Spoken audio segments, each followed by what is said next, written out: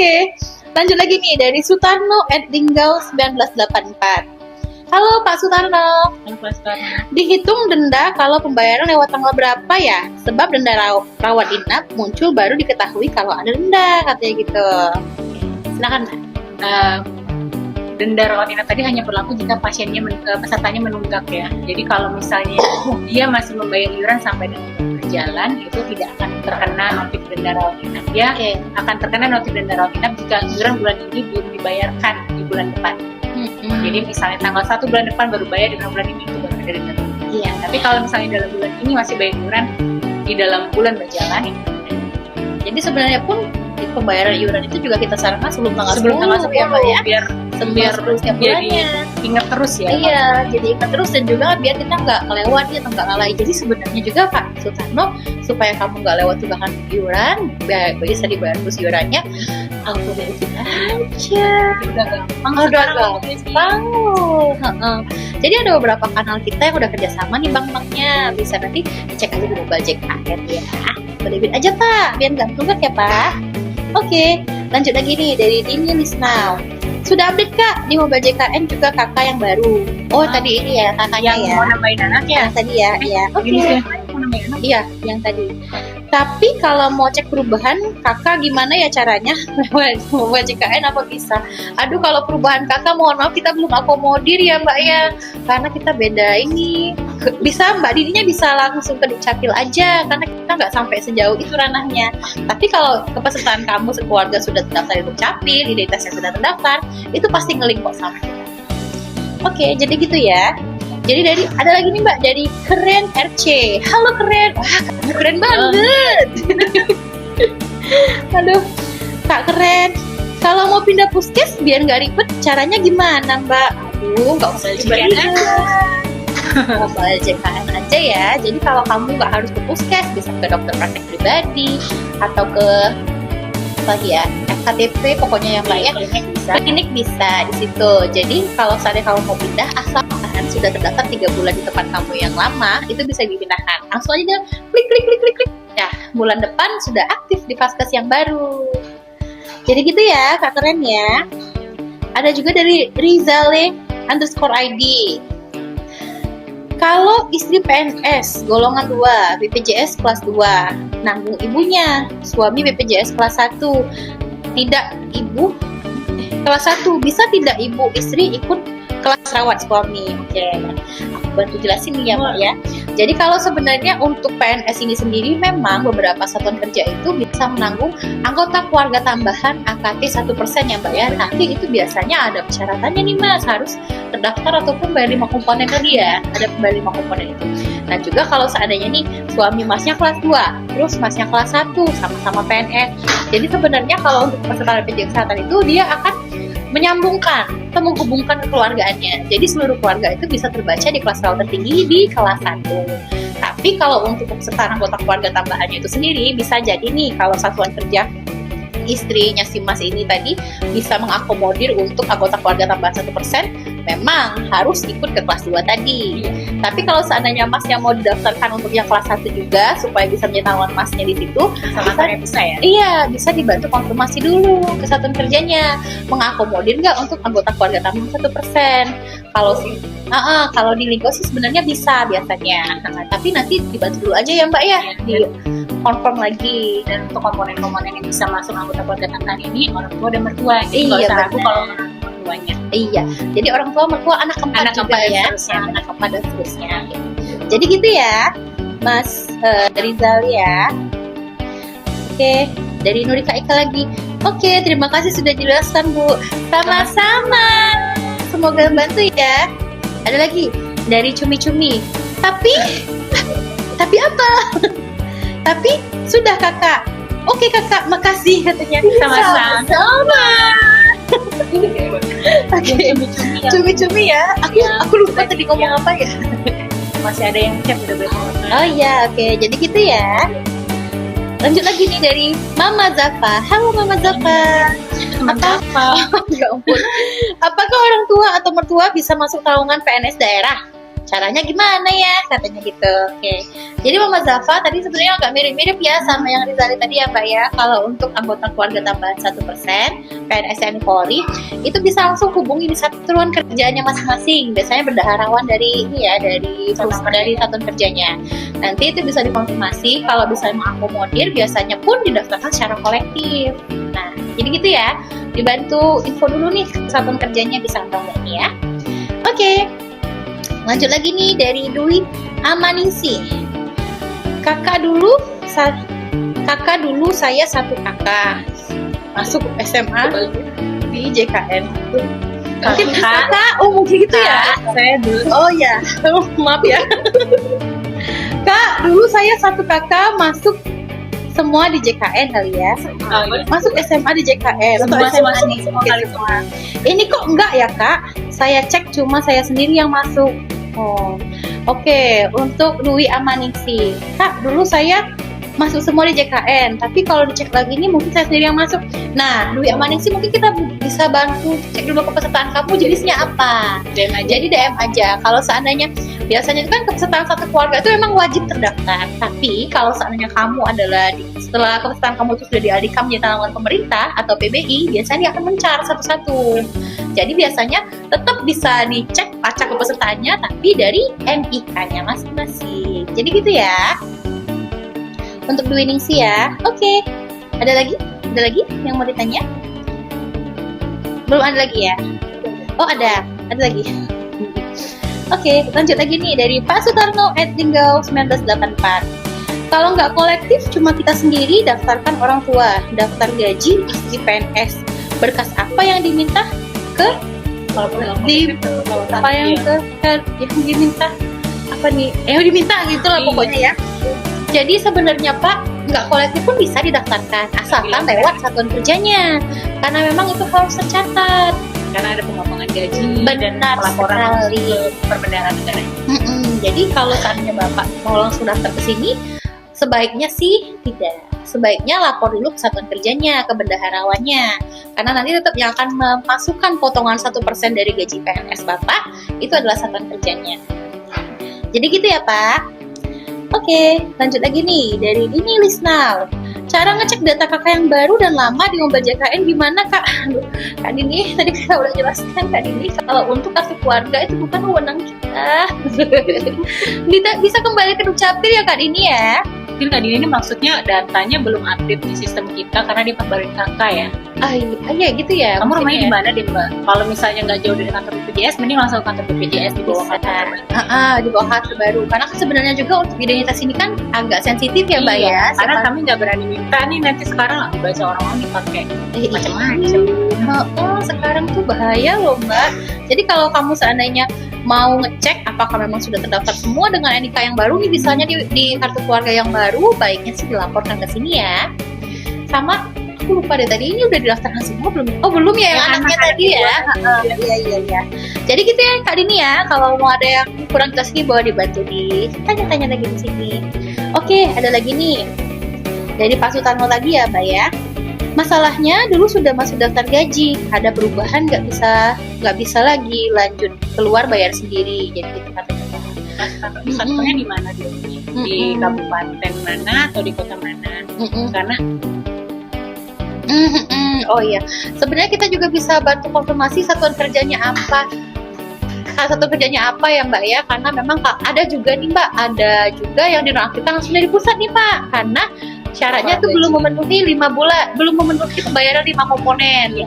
Jadi kita kenapa tadi kita benar. Jadi kenapa tadi kita minta bapaknya harus lapor ke satuan kerjanya, bendaharawannya sendiri, karena tadi kan kita harus ngecek nih apakah sudah dibayarkan 5 komponennya. Nah, tapi kalau seandainya bapak kemarin sudah pernah terdaftar kemudian aktif, berarti kemungkinan itu ada di satuan kerjanya itu belum membayarkan 5 komponen secara lengkap. Jadi gitu Pak. Kalau untuk sekarang mana tuh? Kalau untuk sekarang tadi sudah bisa ya didaftarkan ya?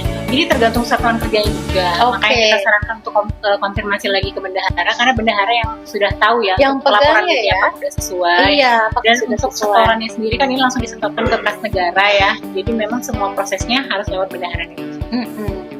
Oke, jadi gitu ya Pak Sutarno ya. Oke, lanjut lagi nih. Ada dari Dini Lisnau.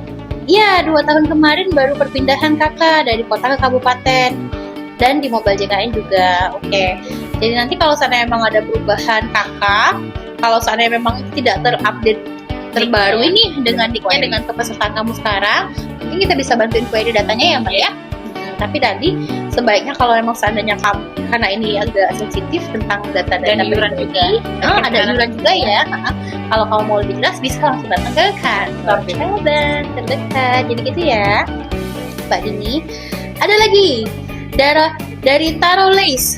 Kan sekarang dari Ciki-Ciki. Taro Lace, Iya, harus cumi-cumi kayaknya semuanya ngumpul di sini ya. Jadi lapar kan ini. Petugas BPJS 1 itu standby di RS nggak ya? Ada info nomor HP-nya nggak? Tarulis kamu kemana aja sih? Nonton nggak dari awal lagi? Coba silakan tadi Bang. Untuk petugas BPJS 1 di wilayah Kota Lubuk Linggau ini kita nggak standby di rumah sakit ya. Kita sifatnya mobile karena satu orang pegang 7 sampai 8 rumah sakit. Tapi di setiap rumah sakit kita pasang nomor handphone yang boleh ditelepon di hari kerja dari jam 7 pagi sampai jam 5 sore itu bisa ditelepon. Untuk nomor handphonenya karena memang setiap orang di rumah sakit itu beda-beda petugasnya, jadi sebaiknya saat kalian di rumah sakit tersebut kalian bisa langsung lihat nomor HP yang terpasang di sana. Biar nanti pengaduannya langsung sampai ke petugas yang bertanggung jawab ya. Itu ya di sana ya. Oke. Jadi gitu ya, Tarulis ya. Lanjut lagi dari Kak Dini lagi. Kak Dini aktif banget ya. Aktif ya Bun. Kakak saya di mobil agak bingung kakak sama kakak ya mungkin ya. Kakak saya di mobile JKN sudah yang baru, sudah terupdate. Tapi kenapa pas daftar anak statusnya belum nikah? Nah, tadi kan saran kita apa?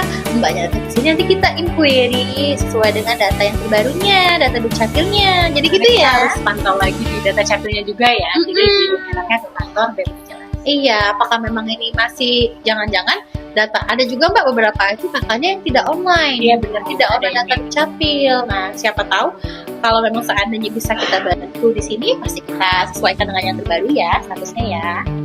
Oke, ada lagi nggak nih ya? Dari Diah Cahyadi. Halo Diah.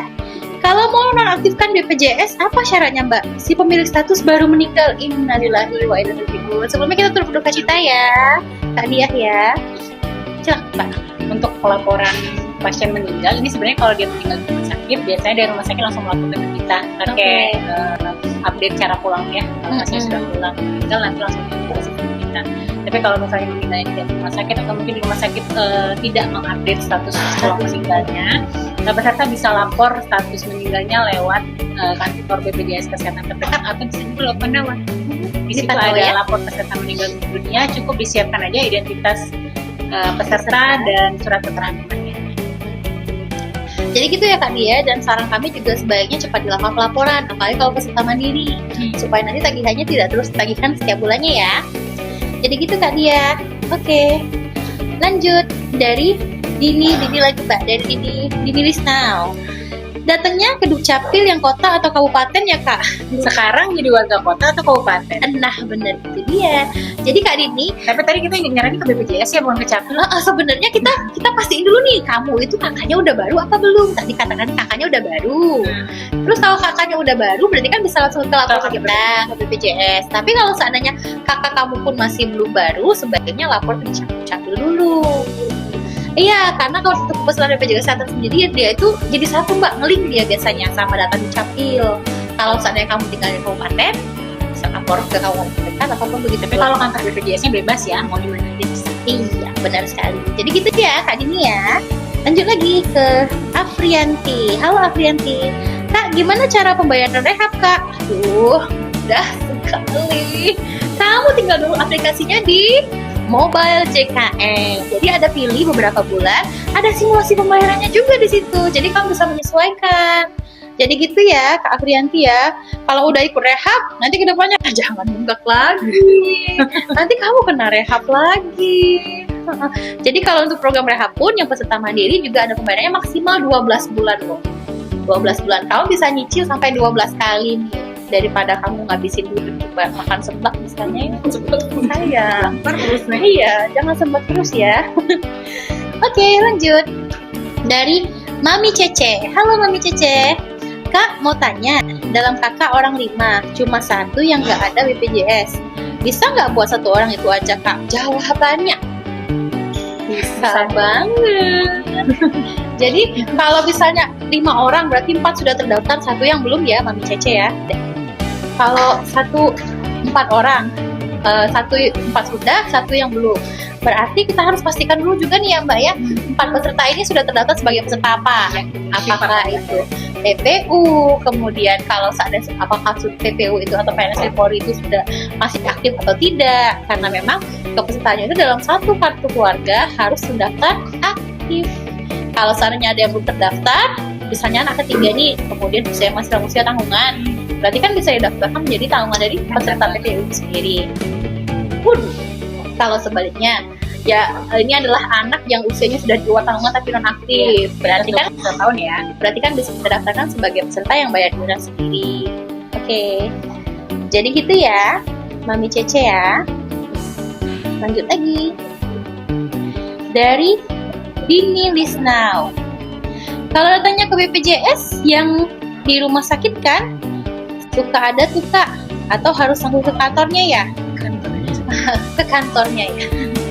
Mbak Dini nanti bukan di petugas P3RS-nya, karena ini lebih ke administrasi kamu dengan identitas kamu sekeluarga. Kami sarankan datanya langsung ke kantor cabang ya, jangan ke rumah sakitnya ya. Oke, lanjut lagi dari Afrianti. Iya Kak, sering lupa bayar. Aduh, supaya nanti kamu nggak lupa-lupa lagi, kita ada program juga namanya auto debit ya Mbak ya. Auto debit itu sangat mudah, bisa didaftarkan lewat aplikasinya di mobile JKN. Oke, daftar auto debit aja ya, biar kamu nggak lupa lagi ya. Karena memang sebenarnya kodratnya manusia itu adalah hilaf ya. Oke, jadi gitu ya Mbak Afrianti. Oke, dari Mami Cece lagi. Kebetulan dapat KIS dari pemerintah Kak, cuma yang pertama aja yang belum dapat KIS. Jadi bisa ya Kakak urus mandiri. Oke. Jadi Mami Cece kalau untuk sudah dapat KIS, kita luruskan lagi ya. BPJS adalah badan penyelenggaranya, JKN adalah programnya, KIS adalah kartunya. Jadi mungkin maksud kamu adalah kepesertaannya itu adalah PBI atau penerima bantuan iuran. Nah, kalau seandainya 4-nya sudah dapat dari bantuan iuran, kalau kamu mau daftar yang satu lagi, itu sangat bisa didaftarkan sebagai peserta mandiri, tapi kelas kawannya wajib di kelas 3. Karena satu kakak harus kelasnya sama. Sama. Oke. Jadi gitu ya, Mami Cece ya. Oke. Ada lagi ini. Hai, ini Five. Halo Five. Kak, kalau KIS dari pemerintah mau ubah ke mandiri gimana Kak? Silakan Mbak. Kalau KIS dari pemerintah PBI. Kalau statusnya aktif dia harus ke kantor ya, karena kita harus ada pengunduran diri sebagai peserta PBI. Benar. Tapi kalau statusnya PBI non aktif itu bisa langsung pakai aplikasi mobile JKN atau Mandala, pilih fitur ubah data peserta. Dan juga catatan kalau seandainya kamu sebagai peserta PBI mau jadi mandiri, kelas rawatnya harus lebih tinggi. Ya, jadi ngapain pindah ke mandiri tapi masih sama-sama kelas 3 ya? Iya, jadi harus di kelas 2 ataupun di kelas 1 ya Mbak ya. Kalau kelas 1 berapa iurannya Mbak? 100. Iurannya Mbak? 100. Kelas 2 di 100. iurannya Mbak? 100. Kelas 2 di 100.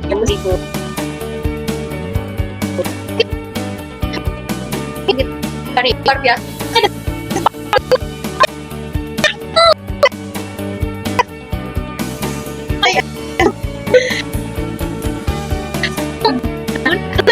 Kakak aku kan pakai BPJS pemerintah. Kenapa ya BPJS aku nggak aktif dan udah nggak ditanggung? Padahal belum bulan kemarin masih aktif katanya. Aduh, silakan Mbak Dini. Namun ya, seperti yang kita sampaikan sebelumnya, untuk BPJS Kesehatan yang penerima bantuan iuran ini tergantung dari SK Kementerian Sosial. Jadi kan kalau dari Kementerian Sosial itu ada data DTKS namanya. Jadi peserta yang layak mendapatkan bantuan iuran dari pemerintah itu boleh langsung dilaporkan lagi ke dinas sosialnya untuk diajukan ulang masuk ke data DTKS tersebut biar bisa diaktifkan untuk periode selanjutnya. Oke, nah jadi gitu ya Kakak Sarmun ya, semoga sehat selalu ya. Oke, mungkin kita langsung masuk ke kesimpulan hari ini ya Kak Mbak ya. Nah memang Mohon maaf juga tadi untuk 4.500 pertanyaan yang tidak sempat kita jawab. Nanti kalau seandainya kamu masih ada info atau mau yang ingin ditanyakan oleh BPJS Kesehatan, bisa langsung dari aplikasi Mobile JKN atau lewat Pandawa, atau juga bisa di care center kita di 165. Oke. Dari live hari ini sebenarnya kesimpulannya itu ada petugas BPJS 1 yang BPJS yang siap membantu, yang memberikan layanan informasi dan pengaduan bagi peserta. Jadi melalui peran ini peserta itu dapat dibantu dalam mendapatkan informasi terkait hak dan prosedur layanan, hingga menyampaikan keluhan, misalnya terkait biaya ataupun ketersediaan obat yang tidak ada di rumah sakit, maupun pelayanannya kurang ramah. Tempat tidur juga bisa langsung di sana, bisa dibantu. Kemudian peserta juga bisa dapat memanfaatkan aplikasi Mobile JKN untuk mengecek ketersediaan tempat tidur, menyampaikan keluhan, hingga melakukan pendaftaran antrian online. Jadi kehadiran BPJS 1 ini di wilayah BPJS Kesehatan Kantor Cabang Lubuk Linggau yang mencakup 6 kabupaten kota, benar ya Mbak ya, dengan sejumlah rumah sakit mitra demi mewujudkan wujud nyata upaya BPJS Kesehatan dalam memberikan pelayanan yang mudah, cepat, dan setara, pasti demi kepuasan dan serta kenyamanan peserta JKN. Oke, jadi segini dulu ya teman-teman untuk live kita hari ini. Jangan lupa untuk di-follow akun-akun resmi kita. Kalau untuk di Lubuk Linggaunya itu info JKN_Lubuk Linggau. Kemudian juga untuk di Instagram juga sama gitu ya. Jangan lupa di-follow supaya kamu nggak ketinggalan juga info terupdate ataupun setiap Senin kita live di sini Mbak. Jadi kalau ada pertanyaan yang bisa diajukan, nanti bisa kita bantu jawab. Oke, mungkin segitu dulu dari kita. Kalau seandainya juga nanti ada yang merasa kurang puas atau mau ada yang lebih dalam lagi ditanyakan, bisa nomor HP Mbak Dini. Jangan ya. Bisa BPJS 1 ya yang ada di rumah sakit. Bisa ya, ataupun kamu juga bisa kunjungi Pandawa nih. Atau kamu juga bisa kunjungi website resmi kita di www.bpjs_kesehatan.go.id atau hubungi care center kita di 165. Sekian dulu dari kami, kami pamit hari ini. Wassalamualaikum warahmatullahi wabarakatuh. Dadah. Terima kasih.